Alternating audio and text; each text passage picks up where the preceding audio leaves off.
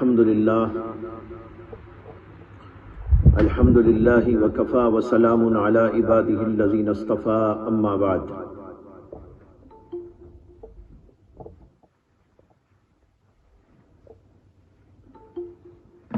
آج ہم لوگ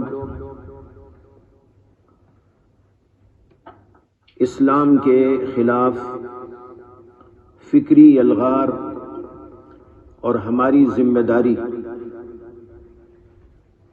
اس عنوان پر محاضرہ پیش کرنے کے لیے جمع ہوئے ہیں۔ آپ طلباء کرام، علماء اعظام یہ جانتے ہیں کہ موجودہ دور میں خاص طور پر مستشرقین، یہود، نصارہ اور بعض دیگر مذاہب کے لوگ بھی اسلام کے خلاف ہمیشہ سے سرگرم رہے ہیں، اور یہ سلسلہ کوئی نیا نہیں ہے، بہت قدیم ہے، پرانا ہے اور آگے بھی چلتا رہے گا۔ لیکن ہم جس کو فکری الغار کہتے ہیں، یہ کیا ہے، اس کی خطرناکی کیا ہے، اس کے ساتھ ہماری ذمہ داری کیا ہے، یہ چیزیں وہ ہیں جس کو سمجھنا بہت ضروری ہے۔ چونکہ آپ طلباء اس موقع پر یہ چاہ رہے ہیں کہ مستشرقین اور ان کا فلسفہ اور ان کے اطوار و اعمال، ان کے نظریات و خیالات اور اسلام سے متعلق ان کی جو ناپاک کوششیں اور سازشیں ہیں، ان کو آپ سمجھیں اور اس سلسلے میں بصیرت پیدا کریں۔ لہذا اس عنوان پر آج آپ کے سامنے یہ محاضرہ پیش کیا جا رہا ہے، لیکن چونکہ ایک طویل مضمون ہے اور ایک دن میں ایک مجلس میں ختم نہیں ہوگا، بلکہ اس کا سلسلہ لمبا چلے گا اور طول پکڑے گا۔ اس وجہ سے ہم آج کی مجلس میں جو کچھ پیش کرنے جا رہے ہیں وہ آج پیش ہوگا، اور پھر اس کے بعد کی مجالس کے اندر یکے بعد دیگرے قسط وار متعدد عنوانات کے اوپر آپ حضرات کے سامنے گفتگو کی جائے گی، محاضرہ پیش کیا جائے گا۔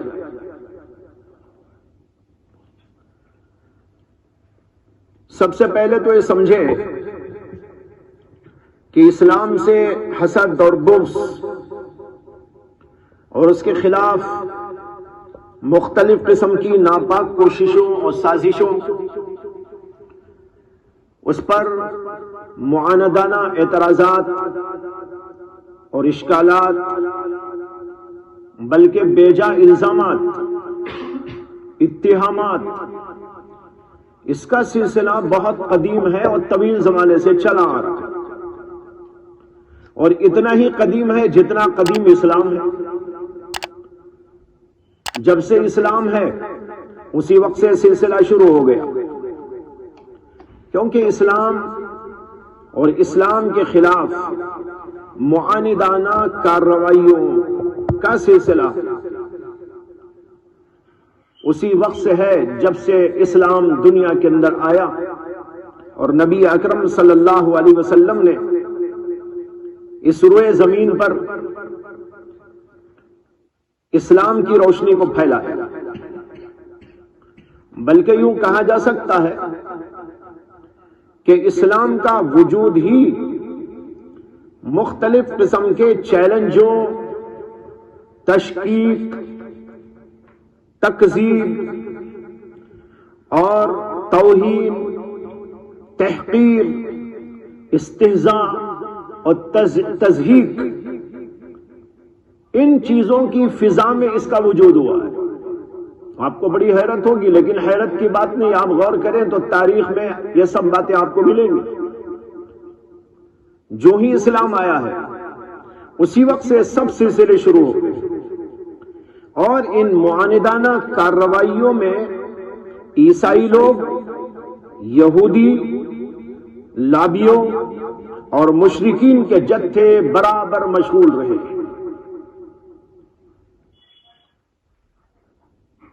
اور ان معاندانہ کارروائیوں کی ابتدا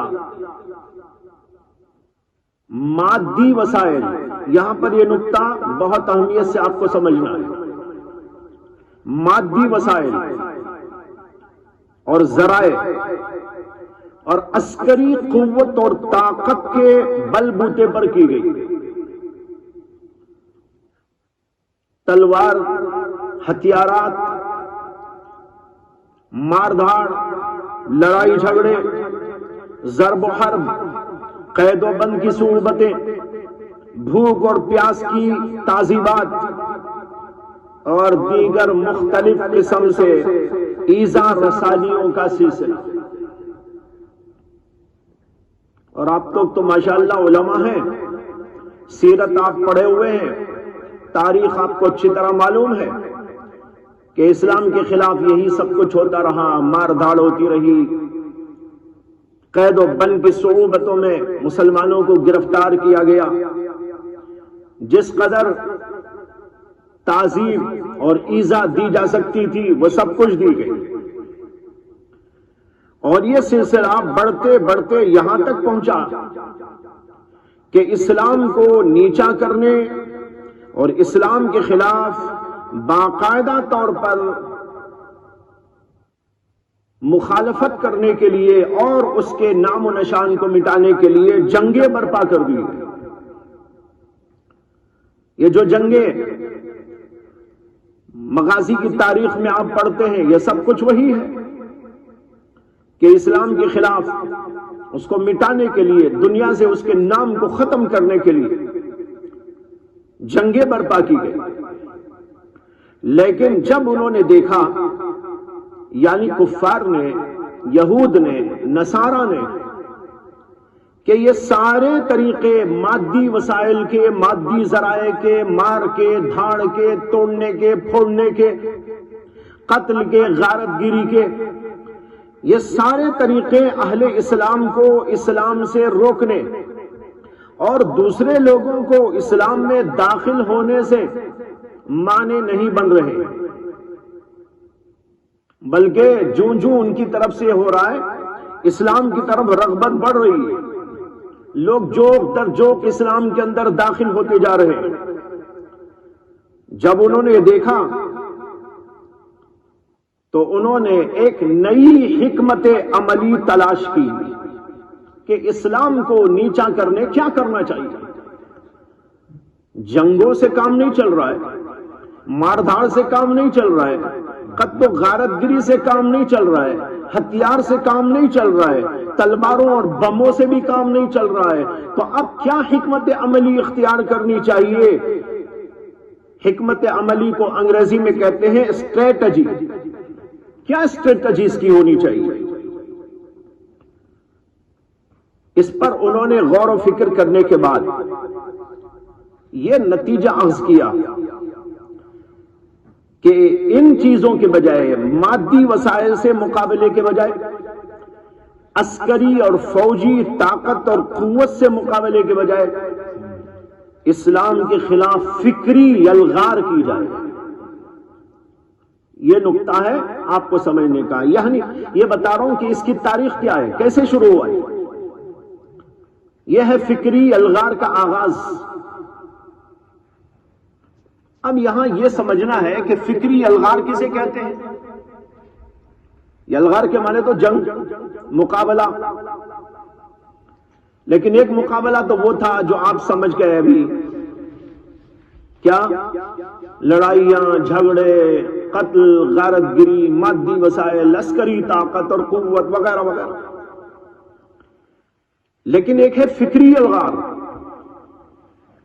یہ فکری یلغار کیا ہے؟ اس کو سمجھنے کی ضرورت ہے. وہ یہ ہے کہ جب وہ لوگ اس نتیجے پر پہنچ گئے کہ ظاہری طاقت سے، قوت سے، مادی وسائل سے ہم اسلام کو جھکا نہیں سکتے، مسلمانوں کو جھکا نہیں سکتے، تو انہوں نے یہ جاننے کی کوشش کی کہ آخر مسلمانوں میں یہ قوت اور یہ طاقت آئی کہاں سے ہے. نہ جنگوں سے یہ زیر ہوتے ہیں، نہ مادی وسائل سے زیر ہوتے ہیں، بلکہ ہر جگہ پر یہ دیکھا جا رہا ہے کہ یہ تو غالب ہی غالب ہوتے جا رہے ہیں. تو یہ تلاش کرو کہ ان کے اندر یہ قوت و طاقت آئی کہاں سے. تو غور و فکر کے نتیجے میں ان کو یہ بات سمجھ میں آ گئی کہ مسلمانوں کی اصل طاقت اور قوت ان کے ایمان اور عقیدے اور ان کے نبی سے ان کے جذباتی تعلق اور بے پناہ محبت اور قرآن کریم کی سچائیوں پر ان کا وثوق اور ان کا یقین ہے. یہ نتیجے پر پہنچ گئے کہ بھئی ان کو آخر کون سی طاقت بھی زیر کیوں نہیں کر رہی. سوچ کر سمجھ گئے کہ اس لیے کہ ان کا ایمان بڑا مضبوط ہے، ان کے اندر قرآن سے بڑا تعلق ہے اور نبی علیہ السلام سے بڑا گہرا اور جذباتی تعلق ہے. اور یہ جو تعلق، ایک قرآن سے تعلق اور ایک نبی علیہ السلام سے تعلق، دونوں سے ان کا بڑا گہرا تعلق اور ان کے اوپر بڑا سچا و پکا یقین اور ایک جذباتی قسم کا تعلق ہے. اس تعلق کے موجود ہوتے ہوئے، برقرار رکھتے ہوئے، کبھی ہم ان لوگوں کے اوپر کسی طور پر غالب نہیں آ سکتے. اب کرنا کیا چاہیے؟ انہوں نے کہا اسی کے اوپر لگاؤ ضرب، ان کے ایمان پر ضرب لگاؤ، ان کے عقیدوں کو تباہ کرو، قرآن سے ان کے تعلق کو توڑ دو، نبی سے ان کے رشتے کو توڑ دو. جب نبی سے ان کا رشتہ ٹوٹ جائے گا، قرآن سے ان کا رشتہ ٹوٹ جائے گا، ان کا ایمان کمزور ہو جائے گا، عقیدہ فاسد و برباد ہو جائے گا، عملی کمزوریاں ان کے اندر پیدا ہو جائیں گی، تو پھر ہم جیسا چاہے ان کو موڑیں گے اور ان کے اوپر حکومت کریں گے، اپنی طاقت ان کے اوپر استعمال کریں گے. یہ ہے بھائی سب سے پہلا نقطہ آپ کو سمجھنے کا. اسی کو کہتے ہیں فکری یلغار. یعنی انہوں نے ہتھیار رکھ دیے. ہتھیار رکھنے کے بعد انہوں نے سوچا اب کیا کرنا چاہیے، ان کے دماغ کو بدلو، ان کے فکر کو بدلو، ان کے نظریوں کو بدلو، نبی سے ان کے تعلق کو ختم کرو. جب ایسا ہو جائے گا تو پھر تو کیا ہے، وہ تو خود ایمان پہ باقی نہیں رہیں گے. جب ایمان پہ باقی نہیں رہیں گے، نبی سے رشتہ ختم ہو جائے گا، رسول سے رشتہ ختم ہو جائے گا، قرآن سے رشتہ ختم ہو جائے گا، تو پھر ان کی جو کمزوری پیدا ہوگی تو ہم ان کے اوپر قابض ہو سکتے ہیں. اسی کا نام ہے فکری الغار. فکری الغار کو حضرات علماء عصر نے، موجودہ دور کے جو علماء ہیں جنہوں نے اس سلسلے میں بڑا کام کیا ہے، کتابیں لکھی ہیں، انہوں نے اس کو کہا عربی میں الغزو الفکری، الغزو الثقافی. دونوں لفظ استعمال کی جاتے ہیں. غزو کے معنی غزوہ یعنی لڑائی، الغار، فکری الغار، الغزو الفکری، الغزو الثقافی. ثقافی کے معنی تو آپ جانتے ثقافت. تو انہوں نے تہذیبی لڑائی شروع کر دی، فکری لڑائی شروع کر دی، تاکہ ایمان کو اور نبی سے تعلق کو اور قرآن سے رشتے کو توڑ دیا جائے. یہ ان کا مقصود تھا. فکری الغار کی جو تعریف موجودہ دور کے علماء نے کی ہے وہ یہ ہے، هو إغارة الأعداء على أمة من الأمم بأسلحة معينة وأساليب مختلفة لتدمير قواها الداخلية وعزائمها ومقوماتها وانتهاب كل ما تملك. کیا مطلب؟ یعنی فکری الغار ہے دشمنوں کا کسی قوم اور کسی ملت پر مخصوص قسم کے ہتھیارات اور مختلف قسم کی اسالیب اور ترکیبوں سے حملہ کرنا، اور جس کا مقصد یہ ہوتا ہے کہ اس قوم اور ملت کی اندرونی قوتوں کو، یعنی فکری قوتوں کو اور ان کے عزائم کو ختم کر دیا جائے اور ان کے قبضے میں جو کچھ ہے اس کو ہڑپ کر لیا جائے.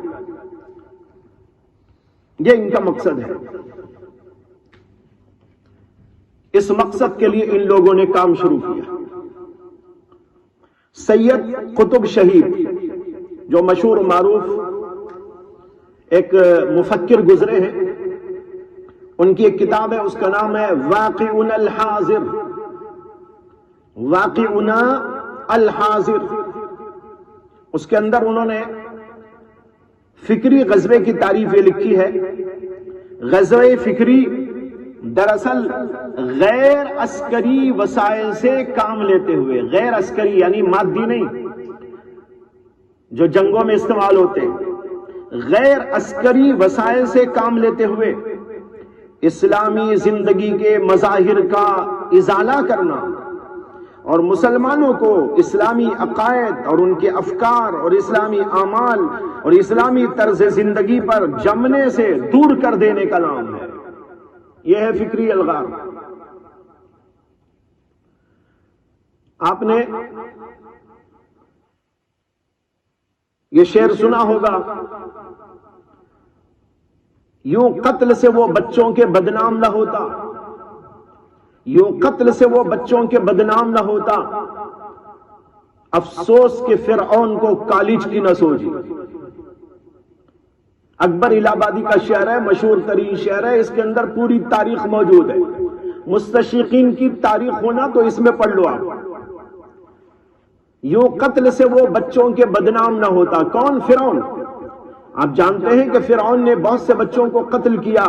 اس لیے قتل کیا کہ اس کو بتایا گیا تھا کہ حضرت موسیٰ علیہ السلام پیدا ہونے والے ہیں اور اس سے ٹکر لیں گے. اس نے کہا کہ موسیٰ علیہ السلام کو پیدا ہی ہونے نہ دوں گا، اور ہو جائیں گے تو موت کے گھاٹ اتار دوں گا. اس نے کہا بنی اسرائیل میں جو بھی بچہ پیدا ہوتا ہے اس بچے کو قتل کرو. چنانچہ کہتے ہیں، تاریخ یہ کہتی ہے، بعض تفسیری روایات میں آیا ہے کہ 70,000 بچوں کو اس نے قتل کروایا. اس لیے قتل کروایا کہ موسیٰ پیدا نہ ہو. لیکن اللہ کو منظور جو ہوتا ہے وہی ہوتا ہے. اللہ کو منظور تھا تو اسی کے محل کے اندر موسیٰ علیہ السلام کو پالنے کا انتظام کر دیا اللہ نے. وہ باہر سے ہی قتل کرنا چاہتا تھا، لیکن اللہ نے اپنی قدرت قاہرہ سے اور اس کے منہ پر گویا تماچا مارتے ہوئے یہ بتا دیا کہ تیرے ہی گھر میں رکھ کر میں موسیٰ کی تربیت کروں گا، موسیٰ کو پالوں گا. یہ اللہ نے کیا، یہ اللہ کی قدرت. لیکن بہرحال اس کو یہ سوچا تھا کہ کسی طرح موسیٰ علیہ السلام پیدا ہی نہ ہو، یا ہو جائیں تو مر جائیں. اس کے پیش نظر اکبر الہ آبادی نے شعر کہا، اور یہ شعر انہوں نے انہی مستشرقین اور انگریزوں اور ان لوگوں کی ذہنیت کو سامنے رکھتے ہوئے کہا کہ افسوس کہ فرعون کو یہ بات نہیں سوچی جو ان لوگوں کو سمجھ میں آ گئی. اس نے تو قتل کروایا بچوں کا، اور خامخواہ دنیا کے اندر قاتل مشہور ہو گیا. اگر اسے ان انگریزوں کی ترکیب معلوم ہو جاتی، ان مستشرقین کا طرز معلوم ہو جاتا، تو وہ بھی کیا کرتا؟ ایک کالج کی سوچتا. افسوس کہ فرعون کو کالج کی نہ سوچی. وہ کہتا ہے کالج بناؤ، اس میں بچوں کو بٹھاؤ اور ان کی تربیت کرو، ان کی ذہن سازی کرو، اسلام پر اشکالات کرو، نبی پر اعتراضات کرو، نبی کے اوپر یہ کہو ان کی سیرت داغدار ہے، انہوں نے شادیاں اتنی ساری کر لی، اور انہوں نے عائشہ صدیقہ سے بچپن کے اندر شادی کر لی. یہ ان کا ریکارڈ، یہ ان کا کردار ہے. اس لیے جو ہے کوئی مسلمان ان چیزوں کو سوچ کر سمجھ کر جو ہے سن کر ان کی باتوں میں آ جائے اور سمجھے کہ ہمارے نبی تو بھائی کوئی ایسے نہیں تھے جن کو پیش کیا جائے. قرآن پر اعتراضات کرو کہ قرآن میں یہ آیت غلط ہے، قرآن میں یہ اشکال ہے، قرآن کے اندر یہ چیز ہے، قرآن کے اندر وہ چیز ہے، اس کے یہ احکامات غلط ہیں. اس طرح لوگوں کے ذہنوں میں ڈالتے لوگوں کو قرآن سے بھی بدزن کر دو، نبی سے بھی بدزن کر دو. جب قرآن اور نبی سے بدزنی آ جائے گی، شکوک و شبہات پیدا ہو جائیں گے، تو پھر تو جو ہے سب کچھ ہمارا اپنا ہو جائے گا، ہم جیسا چاہے ان کو بنا لیں گے. یہ ہے اس شعر کا مطلب. یوں قتل سے وہ بچوں کے بدنام نہ ہوتا، افسوس کہ فرعون کو کالج کی نہ سوچی. اگر وہ کالج کی سوچ لیتا تو کالج بنا کر ان کے دماغ کو یوں بدل سکتا. یہی ہے فکری الغار کا صحیح مطلب.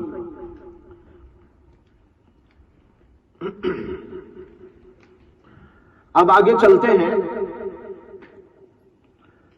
کہ فکری الغار جو انہوں نے شروع کی اس کا تعلق اسلام کی ہر چیز سے ہے. اسلام کی ہر چیز سے، عقائد و افکار، شعائر و اقدار، اخلاق اور کردار، تہذیب و ثقافت، معاشی اور اقتصادی نظام، سیاسی و تعلیمی نظام، ان کی زبان اور ان کی لغت، ان کا ادب، ان ساری چیزوں پر ان لوگوں نے کام کر کے اس پورے ہمارے ورثے کو مشکوک بنانے کی کوشش کی، شکوک پیدا کر دیے، شبہات پیدا کر دیے، اور مسلمانوں کی نسلوں کے دلوں سے ان چیزوں کی عظمت ختم کرنے کی کوشش کی، نبی کی عظمت اور عقیدت اور محبت کو ختم کرنے کی کوشش کی. اسلاف کرام، صحابہ کرام، تابعین اعظام، مفسرین کرام، محدثین اعظام، فقہائے اعظام اور مجتہدین ملت، علماء اور مشائخ، ان سب کے بارے میں ایسی باتیں لکھ کے پھیلائی اور پھیلاتے رہتے ہیں جس سے کہ ایک مسلمان جو ان چیزوں کو پڑھتا ہے اگر وہ مضبوط نہیں ہے تو ڈاواڈول ہو جاتا ہے اور اس کے قدم میں زلزلہ برپا ہو جاتا ہے. یہ ہے بھائی فکری الغار. اب یہاں پر پہنچ کر آپ ایک خاص بات پر غور کریں. میں نے اوپر کہا کہ شروع میں ان لوگوں نے اسلام کی جو مخالفت کی تو مار دھاڑ، قتل، غارت گری اس پر آئے تھے. جب انہوں نے دیکھا کہ اس میں تو اسلام جھک نہیں رہا ہے تو انہوں نے مسلمانوں کے ان خاص اور اہم مآخذ اور ان کی جو بنیادیں ہیں ان کو متزلزل کرنے کے لیے کوششیں کی. یہ جو فکری الغار ہے مادی الغار اور عسکری الغار سے زیادہ خطرناک ہے. کیوں؟ اس کو میں نے 5 انداز سے سمجھانے کی کوشش کی ہے، آپ نوٹ کریں.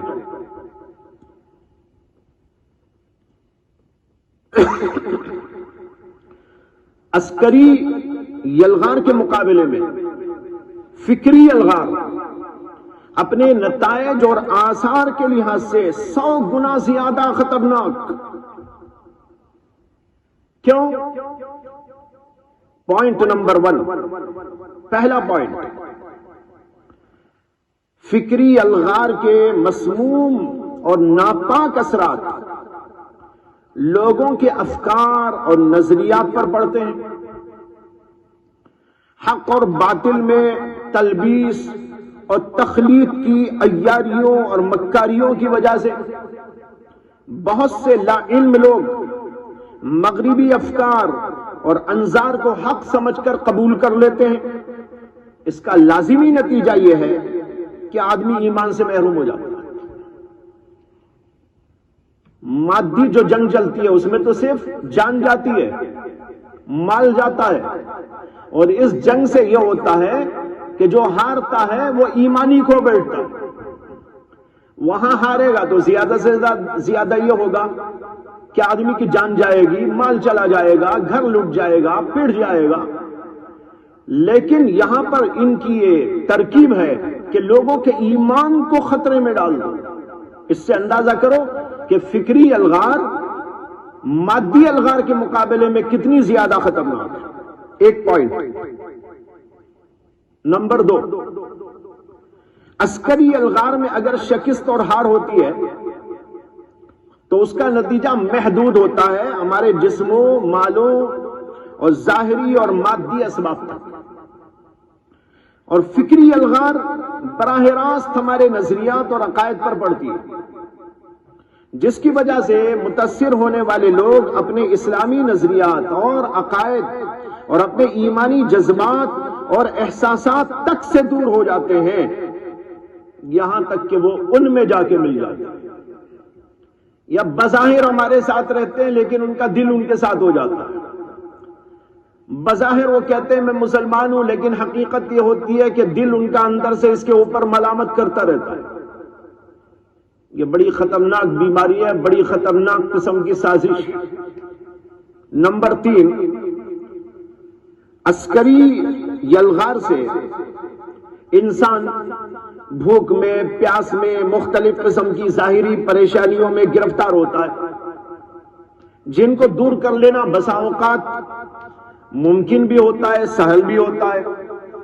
لیکن فکری الغار سے متاثر ہونے والے لوگ اپنے علوم اور آداب اور اپنے امتیازات اور تشخصات تک سے محروم ہو جاتے ہیں، اور اس کا وبال انہیں آخرت میں بھگتنا پڑتا ہے.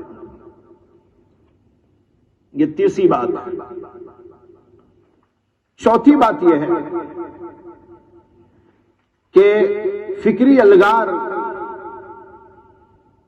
جو بڑی خطرناک ہے، ظاہری اعتبار سے بڑی پرفریب ہوتی ہے. اس لیے کہ وہ مار توڑ کی بات نہیں ہوتی، وہاں پر دوسرے انداز سے لوگوں کو متاثر کرتے ہیں. تو یہ دل فریب قسم کا ہتھیار ہے. اس سے متاثر ہو کر ہمارے ہی لوگوں میں ایک طبقہ مغربی افکار اور نظریات کا حامل پیدا ہو جاتا ہے، قائل پیدا ہو جاتا ہے، اور اسلام دشمنی میں یا کم از کم اسلام سے دوری اور بعد میں مبتلا ہو جاتا ہے.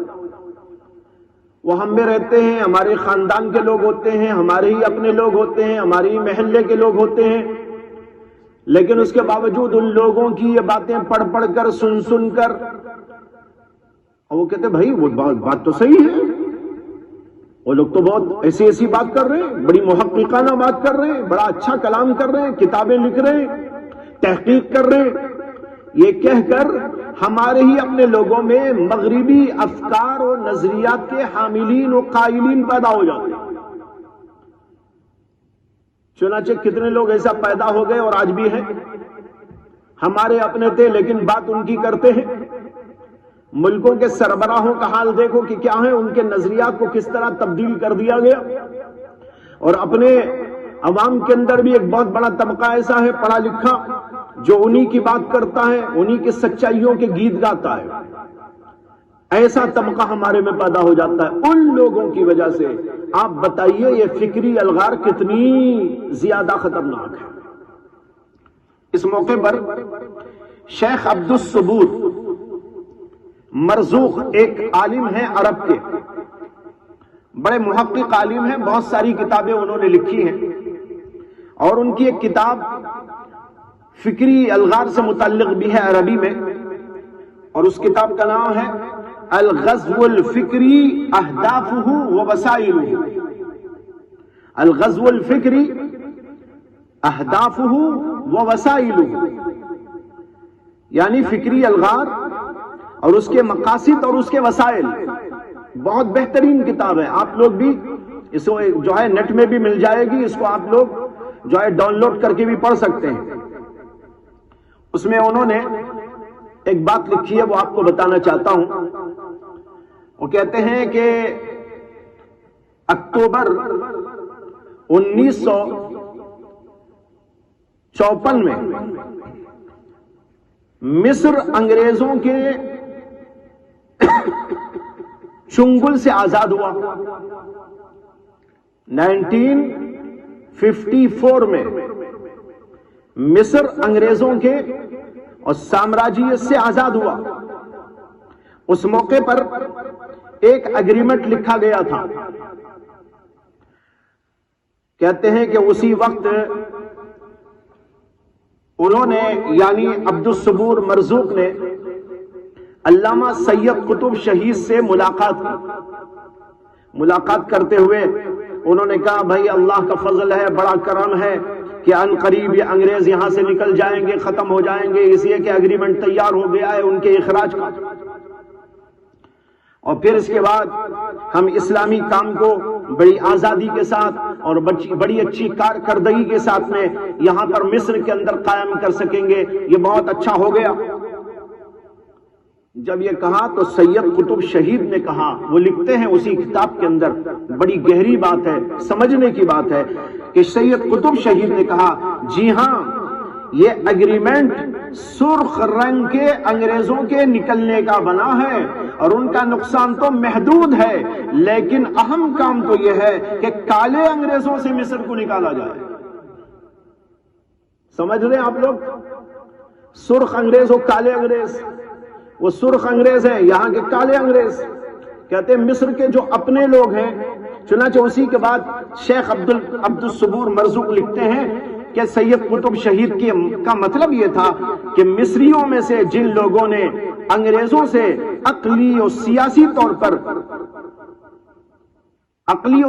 طور پر انگریزی نظریات کو اپنا لیا ہے, ان کو سمجھانے کی ضرورت ہے, ان کو صحیح رخ پہ لانے کی ضرورت ہے. اگر یہ طبقہ ہمارا اپنا ان کے نظریات کا حامل ہو کے رہے گا تو پھر تو انگریزوں کے چلے جانے کے بعد بھی کوئی خاص فرق نہیں آئے گا, یہ لوگ یہاں پر وہی کام کریں گے جو انگریز کرتے ہیں. چنانچہ اس کے بعد کہتے ہیں کہ ان کو مصر میں چھوڑ جا رہے ہیں یہ انگریز تاکہ یہاں پر مختلف دوروں میں وہ استعماری اہداف کو پورا کرتے رہیں, سامراجی جو مقاصد ہیں ان کو یہ لوگ پورا کرتے ہیں. ہندوستان میں بھی یہی ہوا, ہندوستان سے انگریز تو چلے گئے لیکن انگریزیت نہیں گئی. ہندوستان سے انگریزوں کو بھگایا گیا, لیکن اس کے باوجود یہاں پر انگریزوں نے اپنے پٹھوں کو چھوڑ دیا اور اپنے ماننے والوں کی ایک بہت بڑی تعداد پیدا کر دی, جو انگریزوں کی جانے کے بعد انہی کے نقش قدم پر چلتے ہوئے ان کے اہداف اور ان کے نظریات اور ان کے خیالات کو برابر آج تک زندہ رکھے ہوئے ہیں, آج بھی موجود ہیں. یہ ہے وہ بات جو میں سنانا چاہ رہا تھا. اس طریقے پر یہ فکری الغار جو ہوتی ہے, یہ فکری الغار مادی الغار کے مقابلے میں بڑی سخت ہوتی ہے, بڑی خطرناک ہوتی ہے, اس لیے کہ اس کا اثر ہمارے نظریات پر, ہمارے عقائد پر, ہمارے دینی جذبات پر, ہمارے دینی احساسات پر ہوتا ہے, یہاں تک کہ دین کے رشتے میں ٹوٹ جانے پھوٹ جانے کے احتمالات پیدا ہو جاتے ہیں, بلکہ ہو جاتے ہیں. یہ دوسری اہم بات تھی جس کو آپ کو سمجھانا تھا. اب اس کے بعد ایک تیسری اہم بات عرض کر رہا ہوں, وہ یہ کہ اسلام کے خلاف یلغار جو ہوئی, فکری الغار, تاریخی اعتبار سے اس کی جڑوں کو تلاش کرنے کی کوشش ہے. تاریخی اعتبار سے اس کی جڑوں کو تلاش کرنے کی کوشش کرنا چاہیے کہ کہاں سے اس کی جڑیں ہیں. یہ تو میں نے آپ کو بتایا کہ شروع دور ہی سے اسلام کے خلاف یلغار ہوئی, حملے ہوئے, مقابلے ہوئے, لیکن عمومی طور پر مادی وسائل سے, عمومی طور پر عسکری قوت اور فوجی طاقت کو لے کر ہوا. لیکن اسی زمانے میں فکری الغار کی بھی بیج پڑ گئی تھی. شروع ہی دور میں فکری الغار کی بھی بیج پڑ گئی تھی. میں اس بیج کو بتانا چاہتا ہوں کہ کہاں پڑی, کب پڑی, کیسے پڑی. سب سے پہلے تو قریش مکہ نے اس کی بیج ڈال دی. فکری الغار وہیں سے شروع ہو گئی. مادی تو تھی ہی، ماردھاڑ تو تھی ہی، لیکن اسی کے ساتھ ساتھ فکری الغار بھی شروع ہو گئی.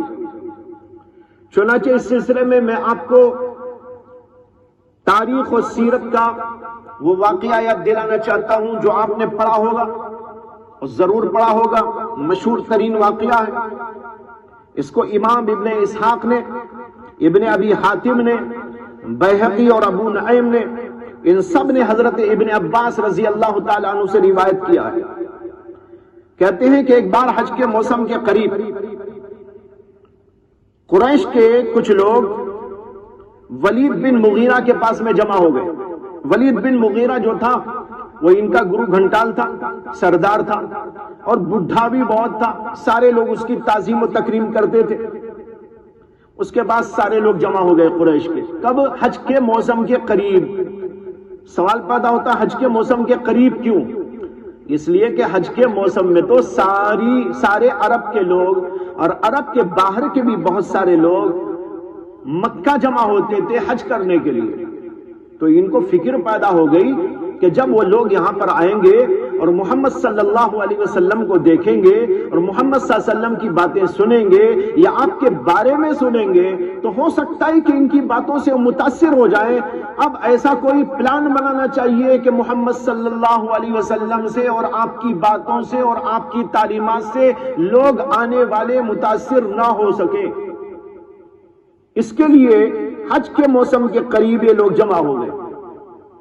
ولید بن مغیرہ کے پاس میں گئے اور کہنے لگے، تو وہ ان سے کہنے لگا، یعنی ولید بن مغیرہ، کیا ہے قریش کے لوگوں، حج کا موسم قریب ہے اور عرب کے وفود یہاں حج کے لیے آئیں گے اور انہیں تمہارے ساتھی یعنی محمد صلی اللہ علیہ وسلم کے بارے میں معلوم ہی ہے، لہذا ان کے بارے میں کوئی ایسی رائے قائم کر لو اور آپس میں اختلاف نہ کرو. کوئی یوں بولے کوئی یوں بولے ایسا نہیں، بلکہ سارے کے سارے متفق ہو جاؤ کہ لوگوں کو ہم کیا بول کر ان سے روکیں. اب دیکھو یہ ہے فکری الغار. یہاں پر بیٹھ کر پلان بنایا جا رہا ہے کہ ہم کیا بول کر لوگوں کو روکیں، کس طریقے پر محمد صلی اللہ علیہ وسلم کو بدنام کریں. قریش کے لوگوں نے اس سے کہا کہ جناب علی آپ ہی سب سے زیادہ بڑے آدمی ہیں، عقل مند آدمی ہیں، آپ ہی کو یہ بات بتائیے تاکہ ہم بھی اسی کو اختیار کر لیں. اس نے کہا نہیں، پہلے تم لوگ اپنی اپنی رائے بولو، اس کے بعد میں بتاؤں گا. لوگوں نے کہا کہ ہم یہ کہہ دیں گے آنے والے حاجیوں کو کہ محمد نجومی آدمی ہے. جو بھی پجارے نہیں وہ تو ایک نجومی آدمی ہے، کاہن آدمی ہے، یہ کہہ دیں گے. ولید بن مغیرہ نے کہا کہ وہ تو کاہن نہیں ہے، ہم نے کاہنوں کو دیکھا ہے، ان کی باتیں بھی ہم نے سنی ہیں، اور یہ محمد جو کلام پیش کرتے ہیں وہ تو کاہنوں کے کلام کی طرح نہیں ہے. اس لیے تم لوگ اگر آنے والوں کو کہیں گے کہ یہ کاہن ہیں تو لوگ تمہیں کو جھوٹا بولیں گے، اس لیے ایسا نہ مت بولو. تو قریش کے لوگوں نے پھر کہا کہ اچھا ہم ان کو مجنوں کہہ دیں گے، جو آئیں گے کہیں یہ پاگل آدمی ہے، مجنوں ہے، بڑبڑاتا ہے، ایسی ویسی بکواس کرتا ہے، لوگوں میں یہ کہہ کر بدنام کر دیں گے محمد کو صلی اللہ علیہ وسلم. تو ولید بن مغیرہ نے کہا کہ تم یہ جانتے ہو کہ وہ تو مجنون نہیں ہے، وہ تو بہت بڑے عقل مند ہیں، اور ساری دنیا پاگلوں کو جانتی ہے کہ پاگل کیسے ہوتے ہیں، ان کی حرکات سکنات یہ بھی سب کو معلوم. پاگل کیا کرتا ہے؟ اٹھا کے کسی کو مار دیتا ہے، بگ دیتا ہے، الٹی سیدھی بکواس کرتا ہے. اور محمد صلی اللہ علیہ وسلم تو ایسی عقل مندی کی باتیں کرتے ہیں کہ جب لوگ ان کی باتیں سنیں گے تو تمہیں کو جھوٹا بولیں گے، ایسی بات بھی مت بولو. تو قریش نے کہا کہ پھر ہم ان کو شاعر کہہ کے مشہور کر دیں گے. ارے یہ تو شعر شاعری کا پیشہ ہے ان کا، اور کچھ نہیں. تو اس نے کہا نہیں، یہ بھی تم نہیں بول سکتے، اسے کہ ہم کو معلوم ہے شعر کسے بولتے ہیں، لوگوں کو بھی پتا ہے شعر کے اوزان کیا ہوتے ہیں، اس کی قسمیں کیا ہوتی ہیں، اور محمد صلی اللہ علیہ وسلم کا کلام تو شعر شاعری ہے ہی نہیں، تو پھر یہاں بھی لوگ تمہیں کو جھوٹا بولیں گے۔ تو لوگوں نے کہا کہ پھر ہم ان کو جادوگر کہہ کے مشہور کر دیں گے۔ ولید نے کہا نہیں، وہ تو ساحر بھی نہیں ہے، جادوگر بھی نہیں ہے، ہمیں معلوم ہے کہ جادوگروں کا کلام کیسا ہوتا ہے، مگر محمد صلی اللہ علیہ وسلم کا کلام تو ایسا مٹھاس والا اور ایسی حلاوت والا اور ایسی شان و شوکت والا ہے کہ لوگ اس کو سنیں گے تو ان کو سمجھ میں آ جائے گا کہ یہ تو جادوگروں کا کلام نہیں ہے۔ پھر کہنے لگا ہاں وہ ساحر تو نہیں ہے، مگر ان کے بارے میں زیادہ سے زیادہ جو بات کہہ کر لوگوں کو ہم روک سکتے ہیں وہ یہی ہے کہ یوں کہہ دیں کہ یہ ایسے بڑے جادوگر ہیں جو میاں بیوی میں جدائی ڈال دیتے ہیں، باپ بیٹے میں، بھائی بھائی میں تفریق پیدا کر دیتے ہیں، اس لیے تم یہی پھیلا دو لوگوں میں۔ یہ بڑے جادوگر ہیں، ان کے جادو کا اثر یہ ہے کہ میاں بیوی الگ ہو جاتے ہیں، بھائی بھائی میں اختلاف ہو جاتا ہے۔ دیکھو ہمارے ہاں کیسا اختلاف ہو گیا، ایک آدمی بیوی جو ہے وہ ادھر ہے اور اس کا شوہر محمد کا ہو گیا ہے، اور کوئی ایسا ہے کہ محمد صلی اللہ علیہ وسلم محمد کا کی بیوی ہو گئی ہے، اس کی بیوی جو ہے اس کی بات مانتی ہے، شوہر نہیں مانتا، بھائی بھائی میں جھگڑا ہو گیا، خاندان خاندان میں اختلاف ہو گیا۔ یہ اتنا بڑا جادوگر ہے کہ ہماری پوری فضا کے اندر اختلاف اس نے پیدا کر دیا۔ آپ سن رہے کہ یہ ہوا قصہ، اس کا حوالہ میں نے آپ کو دیا تھا، کئی کتابوں کے حوالے سے ایک روایت آئی ہے۔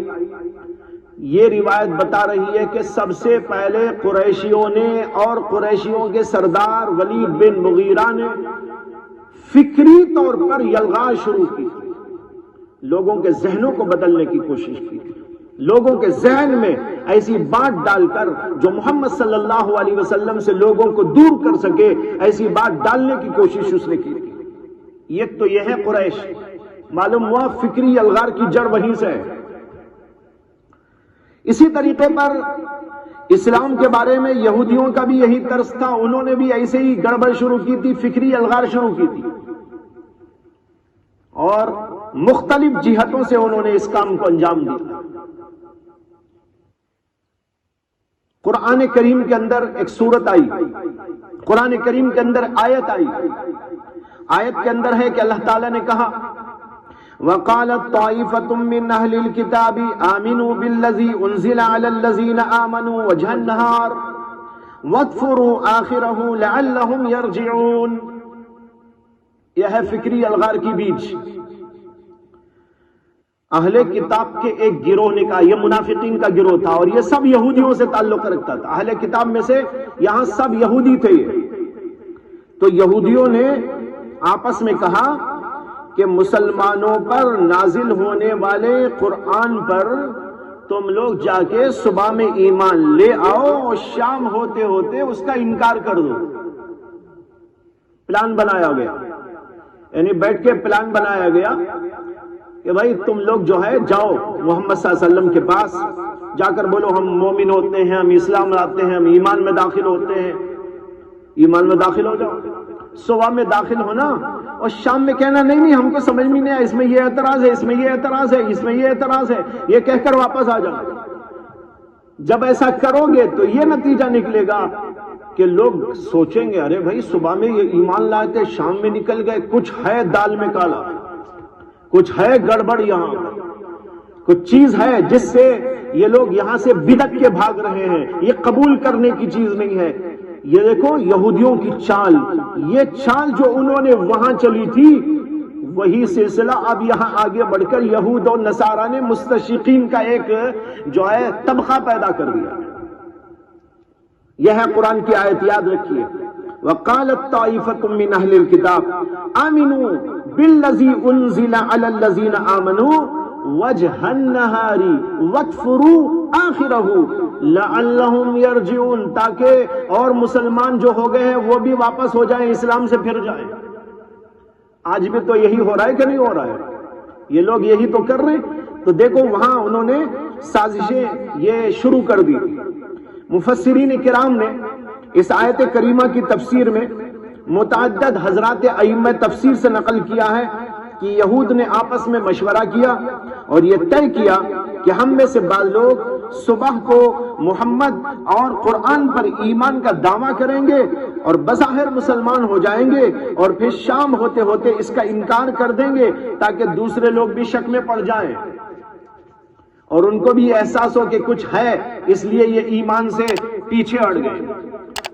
مفسر سدی ان کا قول ہے کہ وہاں یہودی علماء اور احبار 12 تھے، یعنی مدینے میں۔ انہوں نے آپس میں مشورہ کیا اور بعض نے بعض سے کہا کہ دن کے شروع میں محمد کے دین میں داخل ہو جاؤ اور یوں کہو کہ ہم گواہی دیتے ہیں کہ محمد برحق ہیں اور سچے، اور جب شام ہو انکار کر دینا اور یوں کہہ دینا کہ ہم نے اپنے علماء سے جا کر معلوم کیا تو انہوں نے بتایا کہ محمد جھوٹے ہیں نعوذ باللہ، اور مسلمانوں کا دین کوئی چیز نہیں، لہذا ہم اپنے دین پر لوٹتے ہیں۔ ان کا مقصد یہ تھا کہ اس طرز عمل کو دیکھ کر عام لوگ دین اسلام سے پھر جائیں، اس لیے کہ اس زمانے میں یہود کا مطلب یہ ہوتا تھا نا بڑے پڑھے لکھے لوگ۔ اب لوگ کہیں گے ارے یہودی لوگ، پڑھے لکھے لوگ، یہ جو ہے پرانی پچھلی کتابوں کو جاننے والے، یہ اب کہہ رہے ہیں کہ نہیں ہم تو اسلام میں داخل ہو گئے تھے لیکن ہم کو اب تحقیق ہو گئی کہ نہیں یہ سچائی دین نہیں ہے، تو اب لوگ متاثر ہو جائیں گے۔ یہ ہے چال بازی ان لوگوں کی، مکاری اور عیاری جو وہیں سے شروع ہو گئی۔ 2 مثالیں میں نے دی، ایک یہود کی مثال تھی قرآن کریم سے، اور ایک تاریخ اور سیرت کے حوالے سے آپ کو میں نے قریش مکہ کا حوالہ دیا۔ اس سے معلوم ہوا کہ فکری الغار کی جڑیں بھی وہیں سے ہیں، لیکن مستقل طور پر اس کا سلسلہ تو وہاں نہیں تھا۔ اس طرح جو ہے ایک غیر مرتب انداز سے چیز شروع ہو گئی تھی، لیکن بعد میں چل کر ایک مستقل سازش بنائی گئی اور مستقل طور پر یہ جنگ شروع کی گئی جس کا نام ہے فکری الغار۔ باقاعدہ تحریک کے طور پر اس فکری الغار اور ثقافتی جنگ کا سلسلہ غالباً عیسائی مشنری نمبر 1 اور یہودی اور عیسائی استشراق نمبر 2 اور مغربی اور یورپی استعمار نمبر 3 ان کی طرف سے شروع کیا گیا۔ یہ نوٹ کیجئے، 3 باتیں میں نے عرض کی، عیسائی مشنریاں، یہودی اور عیسائی مستشرقین، اور تیسرے مغربی اور یورپی سامراجیت، استعمار کہتے ہیں اسے، عربی میں استعمار کہتے ہیں اور ہم لوگ اردو میں اسے سامراجیت کہتے ہیں۔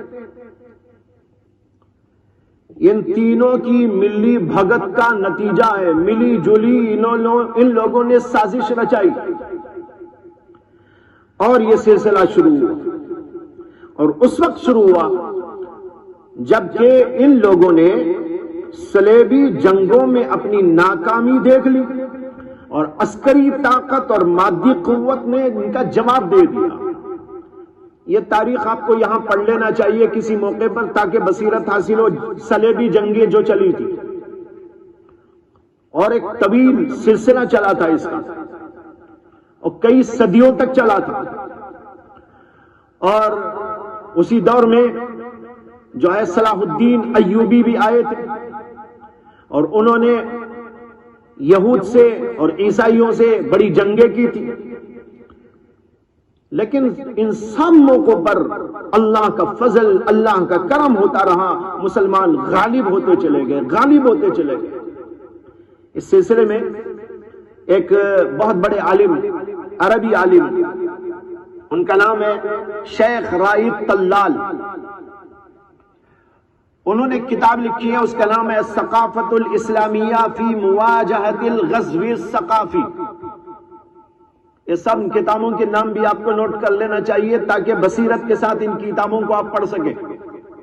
الثقافۃ الاسلامیہ فی مواجہۃ الغزو الثقافی،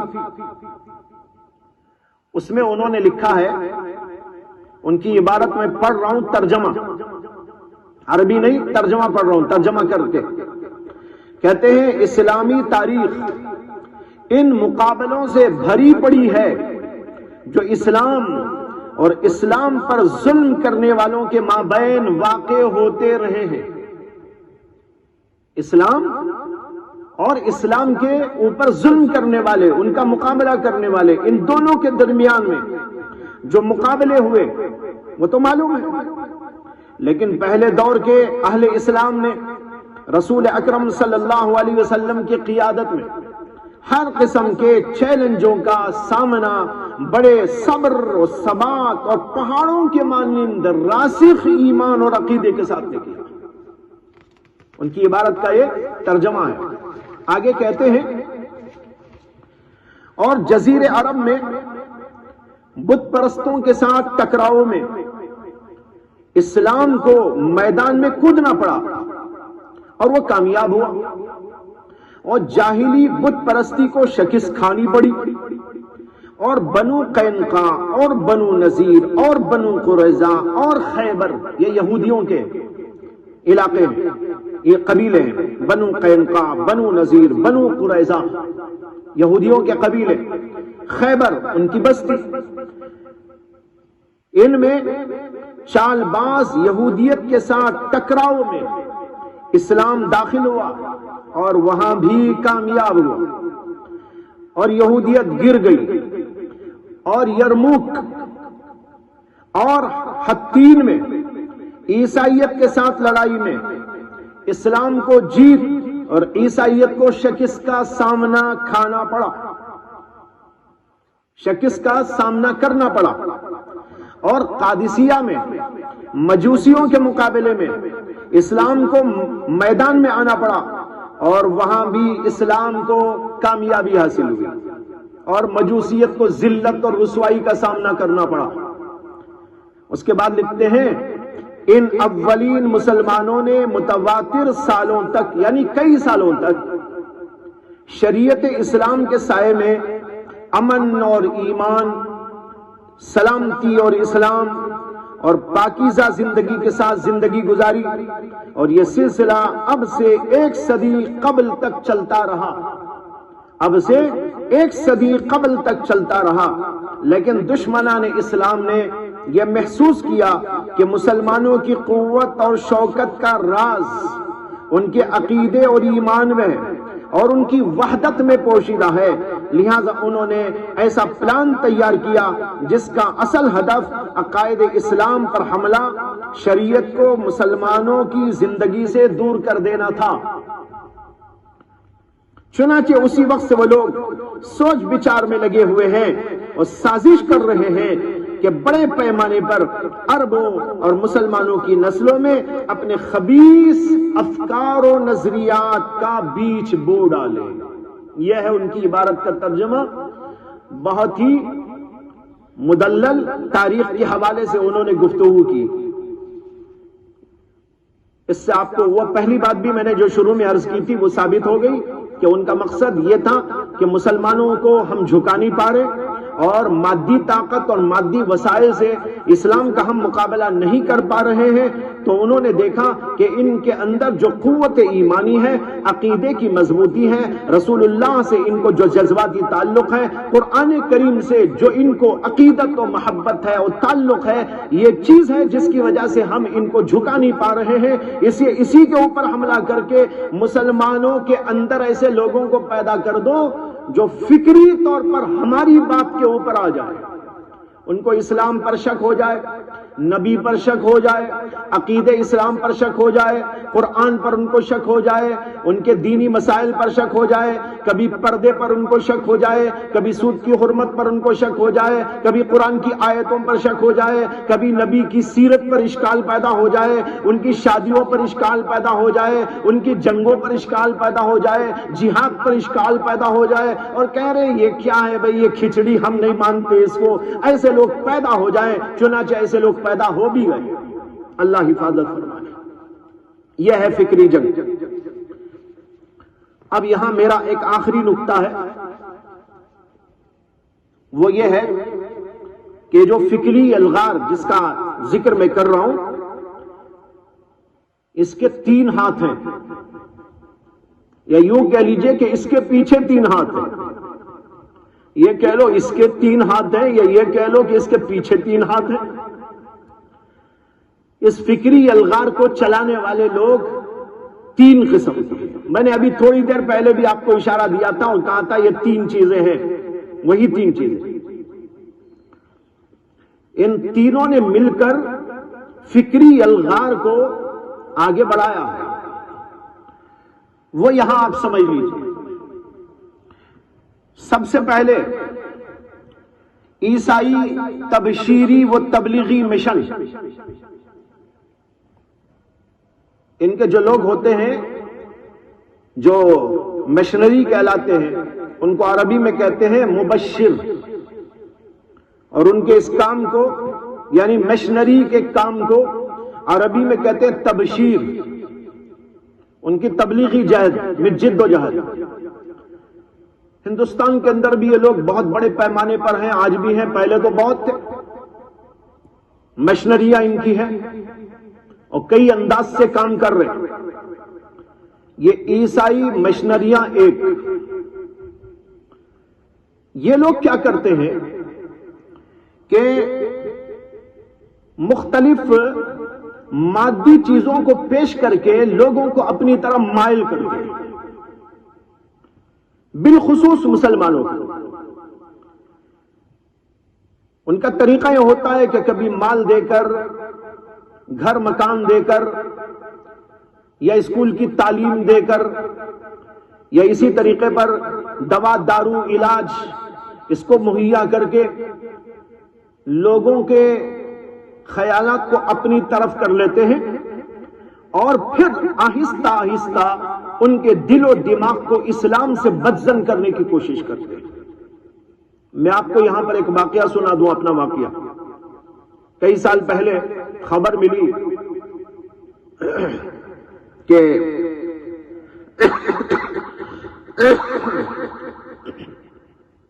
کڑپا جو علاقہ ہے اس کے قریب عیسائی لوگوں نے کئی کالونیاں بنائی، اور ان کالونیوں میں انہوں نے غریب مسلمانوں کو لا لا کر بسایا ہے، اور اس کی وجہ سے وہاں کے جو مسلمان ہیں وہ پوجا ان کے طریقے پر، عبادت ان کے طریقے پر کرنے لگے۔ تو کچھ ہم لوگوں نے پلان بنایا اور ہم لوگ وہاں حاضر ہوئے، وہاں کے بھی علماء کو ساتھ میں لیا، اور وہاں کے علماء سے رابطے کے بعد ہی یہ ایک پلان بنایا گیا سمجھانے کا۔ تو ہم لوگ وہاں پر پہنچے، معلوم ہوا کہ کئی کالونیاں بنائی گئی ہیں، ہم تو 1-2 کالونیوں میں گئے وہاں پر، اسے کہ ایک ہی دن کے لیے جانا ہوا تھا۔ تو وہاں گئے، تو جب اس کالونی میں گئے تو معلوم ہوا کہ یہاں پر کئی 100 گھر بنائے گئے ہیں، چھوٹے چھوٹے گھر، اچھے پکے۔ کچھ گھروں کے اندر بھی جانا ہوا، وہاں کے لوگ خود لے کر گئے۔ تو اس طرح بنایا ہے کہ ایک کچن ہے، ضرورت کی اور چیزیں ہیں، اور ایک ہال ہے اور ایک کمرہ ہے۔ اور ہال میں جب گھستے ہیں تو بالکل سامنے مریم کا اسٹیچو ہے، مریم کا بت، اور اس کو نصب کر کے رکھا گیا ہے۔ اس کے اندر مسلمان کو بسا رہے ہیں لیکن وہاں بت رکھا ہوا ہے تمام گھروں میں، پوری کالونی میں۔ اور یہ معلوم ہوا کہ وہاں 10-15 کالونیاں انہوں نے بنائی، اور ساری کالونیوں میں یہی صورتحال ہے۔ اور ہر کالونی میں اسکول موجود ہے جہاں فری تعلیم، اور دواخانہ ہاسپٹل موجود ہے، اور وہاں بھی فری علاج۔ اور تیسرے یہ ہے کہ گھر جو بنا کر دیا گیا اس کا باقاعدہ پٹا لکھ کر ان کے ہاتھ میں دے دیا گیا نام کے ساتھ۔ اور چوتھی بات یہ ہے کہ انہوں نے بتایا کہ ہر مہینہ پورا راشن بھی آ جاتا ہے، کوئی خرچہ نہیں۔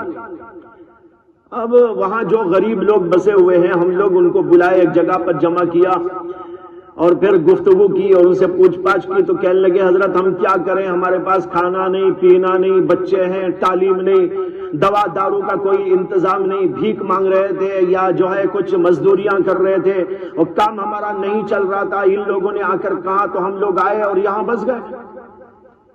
لیکن اللہ کا شکر یہ ہے کہ ہم نے ان سے پوچھا کہ یہ بت رکھا ہوا ہے، تم لوگ کیا اس کی بت کر پوجا کرتے ہو؟ انہوں نے کہا ہم سے کہا گیا تھا کہ ہم تم کو یہ گھر دیں گے، روزانہ تم اس کی جو ہے کچھ یہ کر لینا، لیکن اللہ کا فضل سب نے جواب دیا کہ ہم میں سے کوئی یہ کام نہیں کرتا ہے۔ انہوں نے کہا ہم نماز بھی پڑھتے ہیں، جیسا کچھ بھی پڑھتے ہیں، لیکن وہ کام ہم نہیں کرتے۔ اور اس کے بعد وہیں قریب میں ایک جگہ جہاں سے کچھ لوگ میرے ساتھ بھی گئے تھے، انہوں نے تشکیل کی اور پھر جو ہے ایک جگہ وہاں خرید کر ایک مسجد بھی بنانے کا ہم نے پروگرام بنایا، کالونی ان کی مسجد ہماری کم از کم ہو جائے۔ تو بہرحال یہ بتا رہا ہوں کہ یہ ہے ان کا فکر، یہ ہے ان کا نظریہ، اور یہ ہے ان کا طریقہ کار کہ لوگوں کو مال دے کر، گھر دے کر، تعلیم دے کر، دوا دارو، اس کا علاج مہیا کر کے لوگوں کو اپنی طرف مائل کیا کرتے ہیں۔ یہ ہے تبشیری، مشنری اس کو کہتے ہیں۔ ایک تو یہ فرقہ ہے جو مسلمانوں پر فکری الغار کو تھوپا ہوا ہے، دوسرا طبقہ ہے استعماریت، سامراجیت، اس کو انگریزی میں کہتے ہیں کولونائزیشن،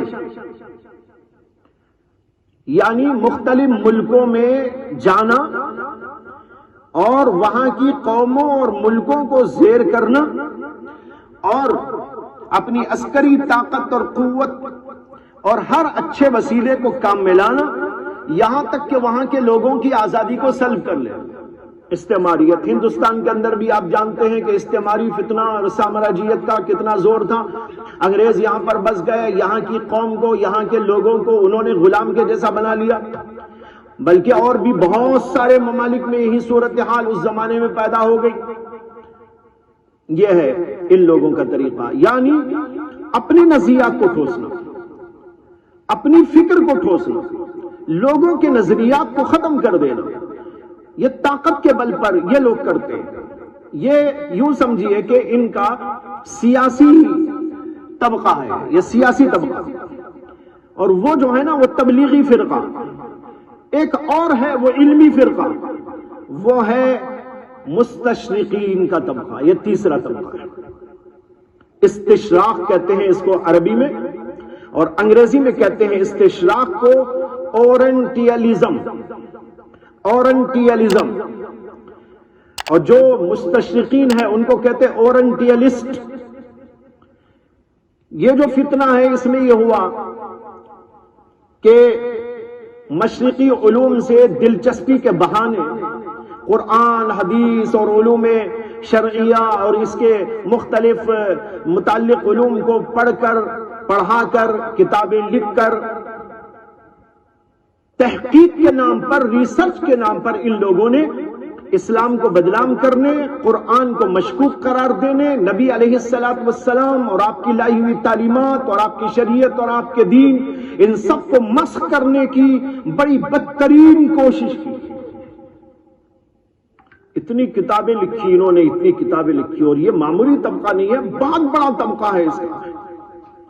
اس کے لیے استعماری طاقتیں ان کو پیسہ دیتی ہیں، سیاسی جماعتیں ان کو پیسہ دیتی ہیں، ان کے لیے ہاسٹل قائم ہے، ان کے لیے بڑے بڑے ادارے قائم ہیں، ان اداروں کے اندر ساری سہولت مہیا ہے، اور تو ان لوگوں کو تمام قسم کی سہولتیں مہیا کی گئی ہیں، کتابیں مہیا کی گئی ہیں، اور ان کو تنخواہیں دی جاتی ہیں، ان کے لیے عمارتیں فراہم ہیں، ان کے لیے ادارے فراہم ہیں۔ وہ کتابیں ان کے پاس موجود ہیں کہ ہم میں سے بہت سارے علماء کے پاس وہ کتابیں موجود نہیں ہوں گی۔ بہت سے ایسے بھی علماء ہوں گے ہم میں سے جنہوں نے ان کتابوں کا نام تک نہ سنا ہوگا، لیکن وہ ساری کتابیں ان کے پاس مہیا ہیں، فراہم ہیں، اور اس کو پڑھ کر تحقیق کے نام پر، ریسرچ کے نام پر اسلام اور نبی علیہ السلام اور قرآن اور ہمارے عقائد اور دینی مسائل، ان سب چیزوں کو مشکوک کرنے کی یہ لوگ کوشش کرتے رہتے ہیں۔ یہ ہے تین وہ ہاتھ جن کی وجہ سے یہ فکری الغار چل رہی ہے، ایک استعماریت، دوسرے مشنریاں، اور تیسرے یہ مستشرقین۔ یہاں پر آج ہم اپنی بحث کو ختم کرتے ہیں، یہ محاضرہ یہیں پر اختتام پذیر ہوتا ہے۔ اسی دوسری قسط آپ لوگوں کو بتائی جائے گی اس کے بعد اگلے مراحل میں جو باتیں پیش کرنے کی ہیں وہ پیش کی جائیں گی۔ وآخر دعوانا الحمدللہ رب العالمین۔